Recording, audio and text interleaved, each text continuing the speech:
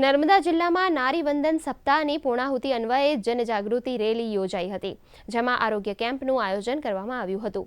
મહિલા અને બાળ વિકાસ અધિકારી જે.બી. પરમારે આ સપ્તાહની ઉજવણીનો ઉદ્દેશ્ય સમજાવતા જણાવ્યું હતું કે રાજ્ય અને જિલ્લાના બાળકો અને મહિલાઓ સક્ષમ બને અને મુખ્ય પ્રવાહમાં ભળીને આરોગ્ય ક્ષેત્રે, શિક્ષણ ક્ષેત્રે અને રોજગાર ક્ષેત્રે આગળ વધે તેવા આયોજન કરવામાં આવે છે અને નર્મદા જિલ્લામાં તેની સારી અસર પણ જોવા મળી રહી છે।